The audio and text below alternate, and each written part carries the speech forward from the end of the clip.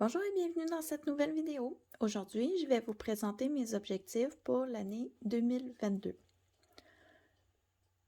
Pour commencer, je vais vous présenter mes objectifs de l'an passé. Dans le fond, ils sont pas nombreux. Comme c'était la première année que je coloriais vraiment, entre guillemets, pour de vrai, j'avais deux objectifs. Un en début d'année qui était de me faire plaisir et de m'offrir un livre par mois pour, dans le fond, compléter ma collection de livres parce que je me sentais un peu coupable de m'acheter des livres au début.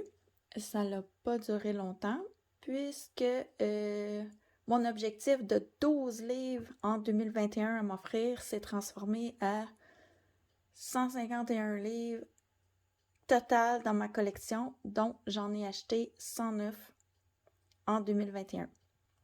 Mais pas de panique, c'est pas des livres de grande qualité, tous.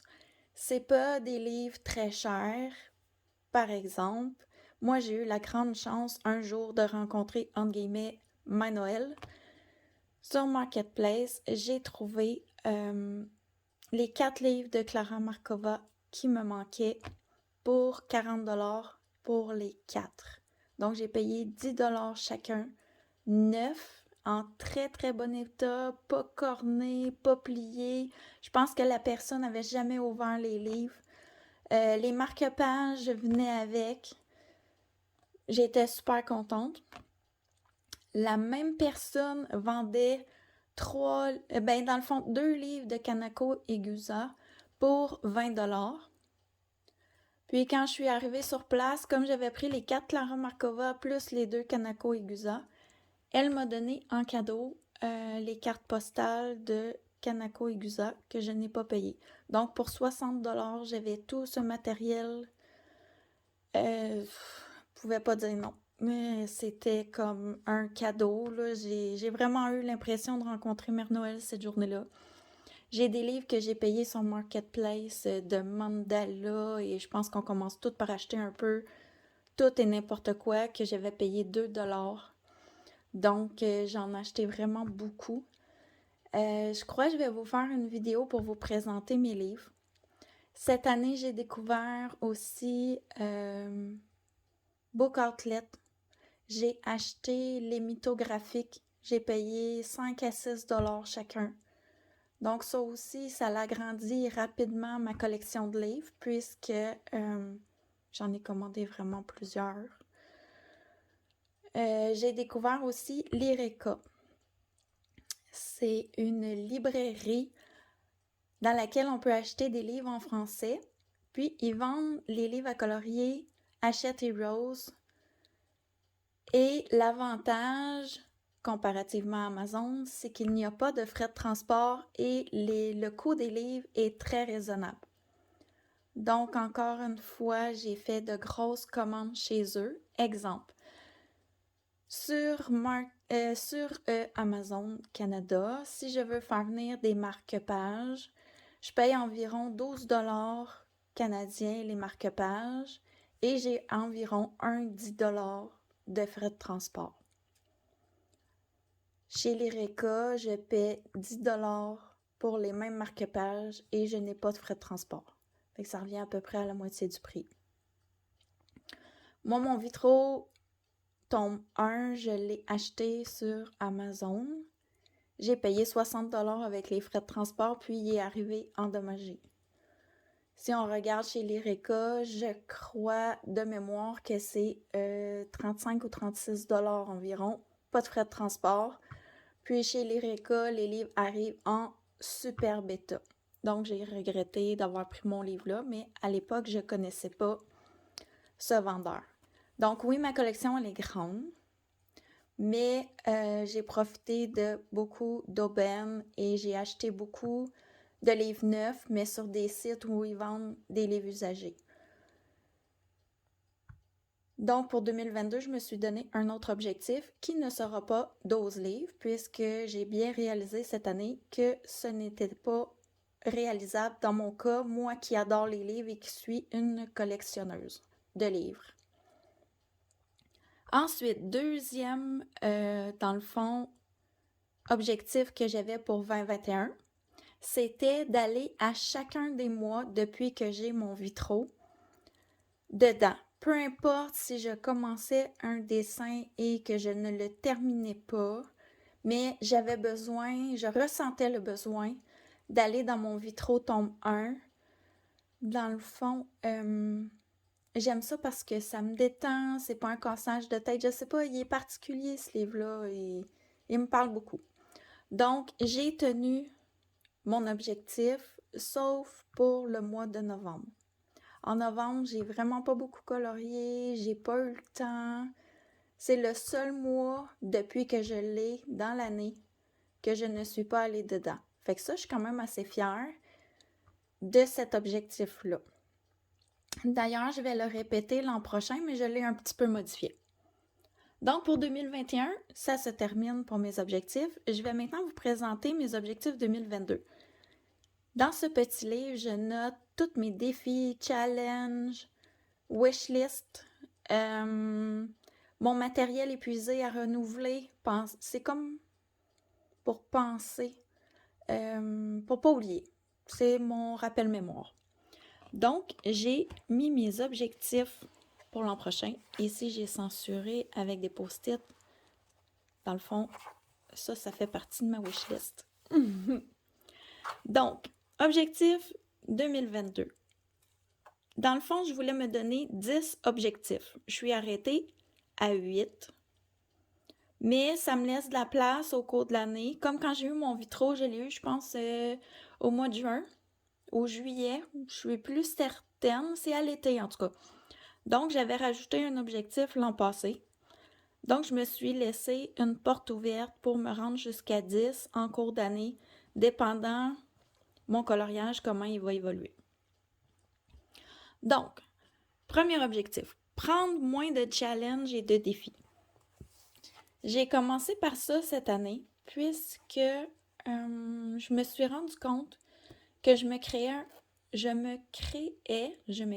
un stress tout au long de l'année. Je fais comme une angoisse de performance, qu'on pourrait dire. Je veux participer à tous les défis. J'ai peur de décevoir les gens si je participe pas. Si je commence un défi, comme par exemple les couleurs d'Alex sur YouTube, j'adore ces défis. C'est 7 coloriages. Au mois d'octobre, j'en ai fait 7. Quand le deuxième challenge est arrivé, j'étais super déçue parce que j'avais pas eu le temps d'en faire 7. Celui de décembre, j'ai participé, j'en ai fait quelques-uns, j'en ai pas fait 7.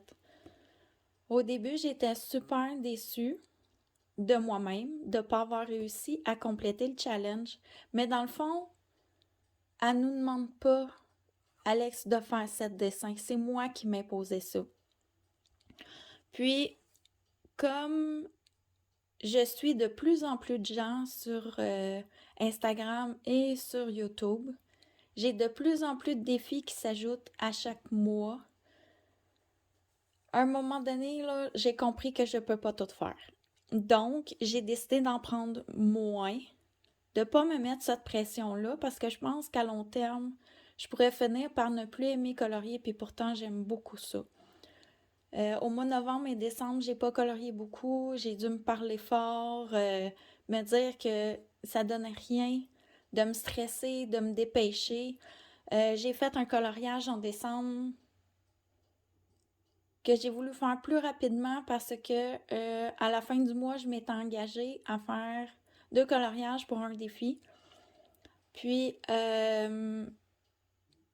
la personne m'a écrit pour me dire qu'il manquait mon deuxième coloriage. Ça rajoutait un stress. Il restait 2 jours pour le faire. Je me suis dépêchée à le faire. Il n'est pas tout à fait à mon goût. Puis, je me suis rendu compte que ça, c'était pas le fun. Donc, mon premier objectif, j'espère beaucoup le respecter. J'ai vu que Audrey Mogg, sur sa chaîne YouTube, elle n'annonce pas qu'elle va faire un défi. Elle, dans le fond, si elle participe, si elle a fait son coloriage, là, elle annonce qu'elle participe. Sinon, elle n'annonce pas d'avance parce qu'elle dit qu'elle se met de la pression. Je pense que je suis un peu comme elle. Donc, je vais essayer d'éviter ça. Je vais aussi me dire que la personne, si je participe pas, là, dans le fond, je pense pas qu'elle va être fâchée après moi ou que ça va comme... Je participerai la prochaine fois, si j'ai pas le temps. Faut pas que ça devienne une pression puis une obligation colorier. Il faut que je le fasse parce que j'aime ça, parce que le thème m'inspire, puis je vais me limiter beaucoup. Je peux pas à chaque mois faire 15 coloriages, là, c'est impossible pour moi. Donc, l'objectif numéro 2, acheter moins de livres. Hey, ça, c'est sûr, là, je peux pas avoir une bibliothèque à un moment donné qui va avoir 300 livres, là. J'ai beau aimer les livres. J'achète pas les livres juste pour les colorier. Moi, j'achète les livres parce que j'aime l'artiste. J'achète les livres parce que j'aime les regarder, même s'ils sont pas coloriés. Pour moi, c'est comme un livre qu'on pourrait lire si on veut. Mais moi, je regarde les images. Je peux m'asseoir, les regarder pendant très longtemps. C'est une détente, juste les regarder. Donc, cette année, j'ai décidé d'en acheter moins. L'an passé, je m'étais mis 12 comme objectif. C'est ridicule, là. C'était ma première année vraiment de coloriage, là. J'avais su toute l'influence qu'on a des gens qui, sur YouTube, font des présentations, puis il y a tellement de beaux livres qui existent, j'aurais pas pris cet engagement-là. Mais cette année, je me suis dit, 52 semaines, on va essayer d'en acheter un par semaine. Je sais pas si je vais m'y tenir, parce que déjà, sur ma wishlist, j'ai une vingtaine de livres cette année que je veux m'acheter. Donc, je sais pas si je vais être capable de le respecter, mais j'ai quand même essayé de me mettre un chiffre pour essayer de me limiter parce que je suis pas raisonnable de ce côté-là. Objectif numéro 3. Terminer tous mes encours. J'en ai 9. J'espère être capable de tous les terminer. C'est pas garanti que je vais y arriver, mais je vais essayer. Au minimum, je veux le baisser là, pour en avoir peut-être, mettons à la fin de l'année, là. J'ai un hors Disney, un Disney, puis un mystère en cours, mettons. Ça pourrait être pour moi bien. Mais mon objectif, c'est vraiment de tous les terminer, ceux que j'ai présentement en cours. À la fin de l'année, je pourrais avoir des encours, mais des nouveaux de fin d'année que, par exemple, en décembre, j'ai commencé ou en novembre, puis que j'ai pas eu le temps de terminer à cause du temps des fêtes, mais que ce soit autre que les 9 qui sont ici. Je me suis fait une liste. Puis j'espère que je vais passer à travers cette liste-là. Donc, ça ne veut pas dire que je vais avoir aucun encours au mois de décembre.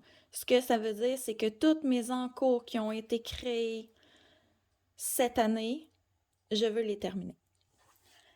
4e objectif. Continuer ma participation au challenge des couleurs d'Alex. Dans le fond, cet objectif-là, c'est un peu en lien avec le premier qui dit moins de challenge, mais j'ai des challenges qui me tiennent à cœur. Les couleurs d'Alex, j'ai commencé à son premier challenge avec les 7 péchés capitaux. J'aime ses idées. C'est un coup de cœur pour moi sur YouTube, ce challenge-là. Donc, c'est sûr que lui, je ne le laisserai pas tomber. Il fait partie des challenges auxquels je vais participer. Il y a aussi probablement les 4 maisons d'Élise. Son challenge des 4 maisons, ce que j'aime, puis elle a fait les vilains de Disney cette année, c'est qu'il n'y a aucune obligation. Elle nous donne des catégories, on ramasse des points pour notre team, puis c'est pas prise de tête. Si t'en as fait juste un, personne le sait, personne... c'est juste toi qui le sais, puis Elise, dans le fond. Donc, ce challenge-là aussi, j'aimerais le garder. 5e objectif. Continuer le défi Wana Colo, 4 colos sur 3 mois. Ça, c'est comme mon fil rouge de l'année. J'aimerais beaucoup continuer à y participer. Comme c'est 4 livres, 4 colos dans chaque livre, ça nous donne un éventail de choix assez large. C'est des livres que j'aime beaucoup qu'elle a choisis. Elle a choisi le Histoire éternelle de Disney, le Vitro 2, le Love Story, le Grand Carré, puis le quatrième, c'est Les Vilains que j'ai reçus à Noël que je n'ai pas commencé. Donc, c'est 4 livres que j'aime beaucoup, beaucoup. Celui-ci, je vais tenter de le tenir toute l'année. Ça sera mon fil rouge. 6e objectif, j'ai un 2e fil rouge, mais comme j'ai dit que je prenais moins de challenges et de défis, celui-ci, j'ai décidé de me l'adapter, si on veut. C'est participer au fil rouge dans le Forest Kingdom d'Anna Carlson de Ice Angel Coloriage sur YouTube. Dans le fond, le livre, moi, je ne l'ai pas commencé. C'est un livre que j'adore. Je n'ai pas trouvé le temps ni l'occasion de le commencer. Elle va nous proposer 2 coloriages par mois dans ce livre à faire. Moi, c'est sûr que je ne ferai pas les 2.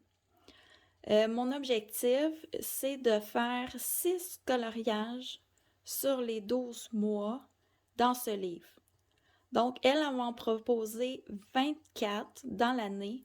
J'espère en faire 6. Donc, c'est 1 mois sur 2 pour faire mon coloriage. Puis, je me dis, si je ne l'ai pas terminé dans le mois auquel elle nous donne, par exemple, en janvier, elle va nous donner 2 coloriages à faire. Si je le termine en février, c'est pas grave. Si je décide de refaire un dessin juste au mois de mars dans ce fil rouge, je vais prendre ça tranquille et accepter ça. Donc, dans ce livre, j'aimerais avoir 6 coloriages de faits à la fin de l'année. On verra si je vais en être capable. Parce que c'est un livre que j'adore. Puis je ne veux pas me presser, je veux prendre mon temps. Je veux que le coloriage, quand il va être fait, qu'il soit à mon goût. C'est pour ça que moi, je suis une tortue en coloriage. Ça me prend énormément de temps de faire un dessin. Donc, j'ai choisi d'en faire 6. Puis si je ne l'atteins pas, c'est pas grave. Mais c'est mon fil rouge de l'année dans ce livre. Objectif numéro 7. Une fois par mois, aller dans le Vitro 1 ou le Vitro 2. Parce que j'ai maintenant le Vitro 2. C'est le même objectif que l'an passé. Cet objectif-là, c'est pour décrocher, c'est pour relaxer. C'est un livre que j'adore. Puis comme j'ai le tome 2, ben, je me suis donné le choix d'aller dans un ou l'autre. Puis, dans le fond, ces 2 livres, maintenant, je peux y aller commencer un coloriage, puis le faire sur 2, 3 mois. J'en ai un, là, en janvier, ça va être le 4e mois. Je ne l'ai pas terminé. Mais je suis allée dedans presque à tous les mois. Sauf le mois de novembre l'an passé, j'ai pas eu le temps d'aller dans le vitro. Mais au moins en faire un petit peu, ça va remplir l'objectif que je m'étais donné. Fait que cet objectif-là, c'est un objectif, pas de pression. Même si sur 12 mois, je fais 2 dessins dans ces 2 livres-là, mais que j'en ai fait un petit bout à chaque mois, mon objectif va être atteint. Objectif numéro 8. Terminer mon agenda 2021. J'ai un agenda Mavlo Design. Dans le fond, cet agenda-là, c'est un agenda à colorier. Mon premier agenda, c'est celui de 2020. Je l'ai fait à 100%. C'est le seul livre dans ma collection que j'ai complété complètement, puis que il est 100% fait. Là. Tous les coloriages, toutes les pages sont faites. En 2021, j'ai négligé beaucoup mon agenda puisque je faisais beaucoup de défis et de challenges, puis je me mettais beaucoup de pression de ce côté-là. J'ai 48% de fait de mon agenda, les dessins à colorier dedans. En 2022, j'aimerais le terminer au complet. Donc, je vais sûrement négliger mon agenda 2022 qui est à colorier pour terminer mon 2021. Mais j'aimerais vraiment, j'ai quasiment la moitié de faite, là, 48%, là, j'en ai proche la moitié de faite. Donc, ça veut dire que si l'an prochain, j'en fais autant que j'en ai fait cette année, je devrais atteindre le 100% au proche. Donc ça, c'est un de mes objectifs. Je ne sais pas si je vais être capable de le faire, mais j'aimerais ça. C'est des petits dessins. Il y en a des grands, il y en a des petits. Il y a du boulot, mais je pense que c'est faisable. Puis 9-10, je me suis laissé une place supplémentaire. Donc si au cours de l'année, il s'ajoute, je devrais l'an prochain, excusez, pas l'an passé, vous faire une rétrospective de l'année 2022 pour vous montrer qu'est-ce que j'ai atteint, puis en même temps, je vous présenterai les 2 nouveaux objectifs si j'en ai ajouté. Ça se peut que j'en ajoute pas. Donc sur ce, je vous dis au revoir. Merci d'avoir écouté ma vidéo. J'espère qu'elle vous aura plu et à la prochaine!